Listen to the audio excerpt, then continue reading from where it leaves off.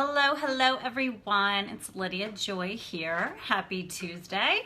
I hope everyone is having a good beginning of their week after the long holiday weekend. I certainly am trying to get back into the swing of things, and it's taken a little bit, a little longer in light of the long weekend, but it's all good. So I am stopping by here today because I want to share some really cool insights with you on magnesium and asthma. For those of you who don't know me, I'm Lydia Joy. I'm the co-founder of the Holistic Mineral Balancing Program, and I also am a recoverer of asthma.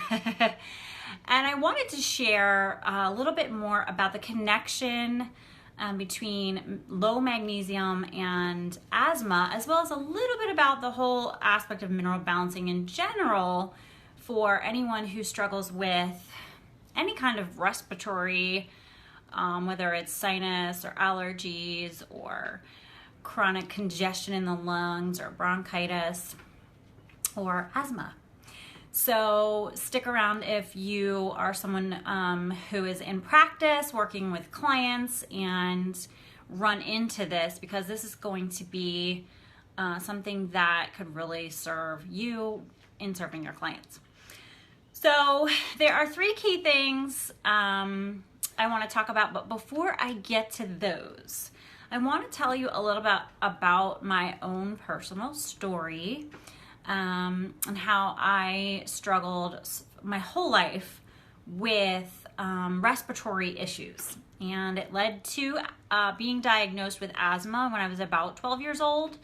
However, I had already experienced a lot of respiratory problems, a lot of colds, a lot of chronic colds, bronchial, lots of coughing and mucus, really sexy stuff, right?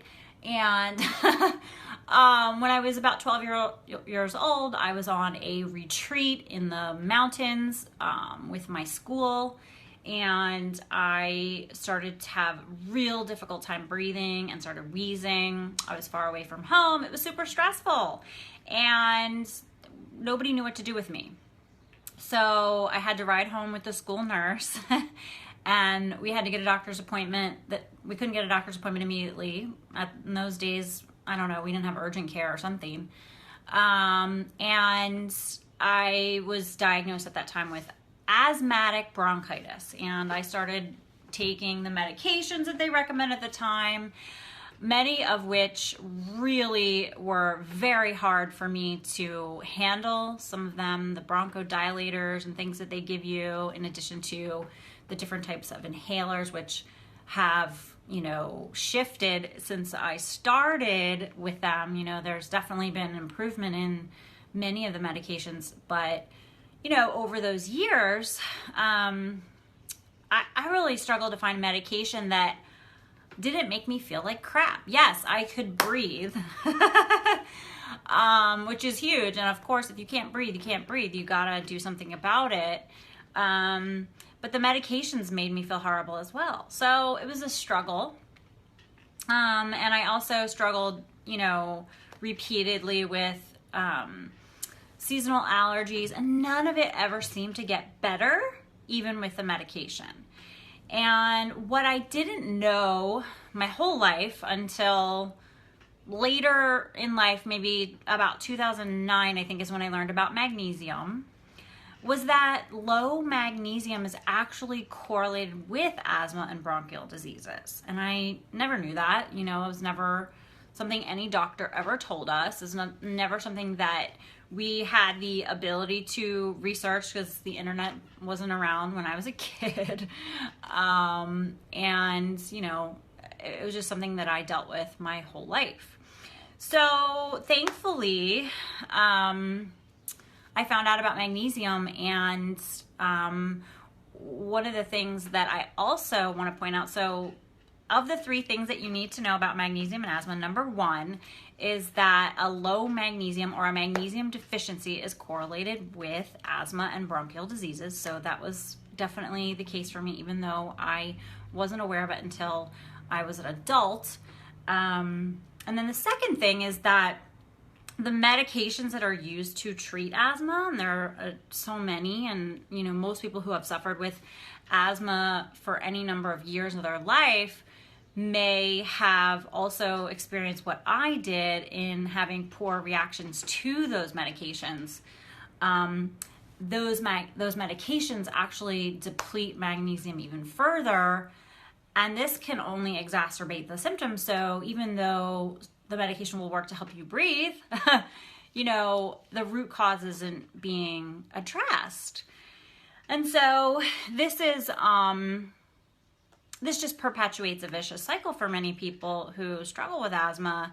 And, I personally didn't like that. And when I found out about magnesium, it started to help. And then when I came into the whole HTMA mineral balancing world, that's when things really started to shift forward and reduce my symptoms to the point where I no longer need to use any kind of medication because I don't have asthma reactions anymore. If I get even remote sensation of feeling that restriction, I know exactly what I need to do to keep it at bay.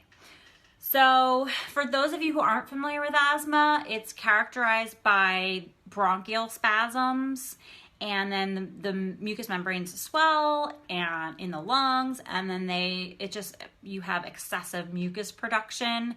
And then because of all that excessive mucus production, oftentimes it can get really, really thick.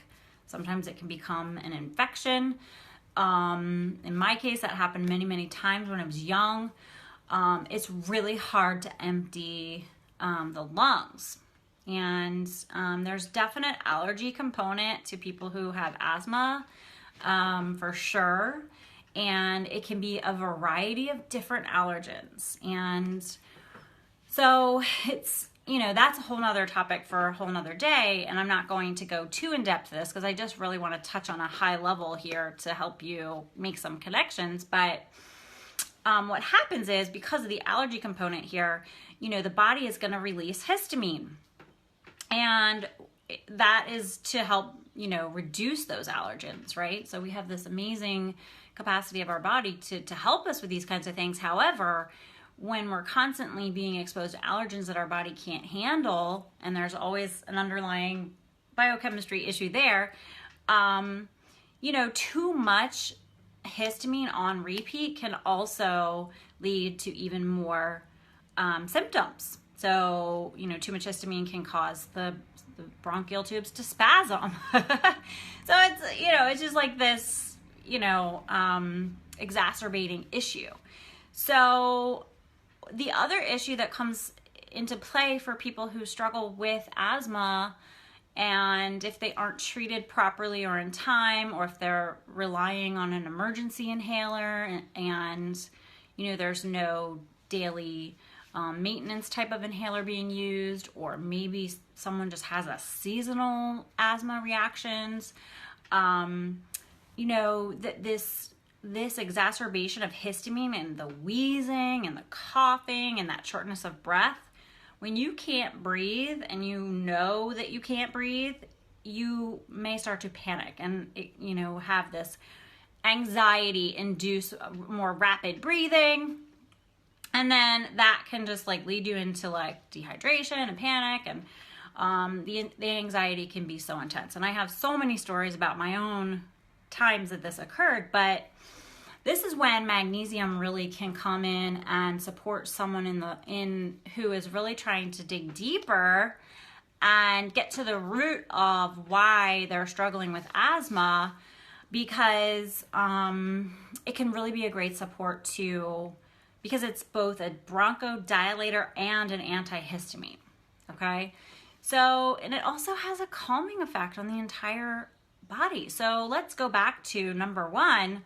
If you are already low in magnesium, one of the symptoms of that is trouble to relax, and you're just rigid and tight, and with that comes your mindset too, and you can be very anxious and uptight.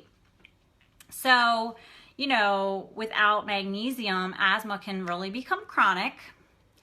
and even the fear of an attack of asthma, which I fully know, it can be such a perceived stressor to the body, and it can magnify, your emotional response and then your physiological response as well.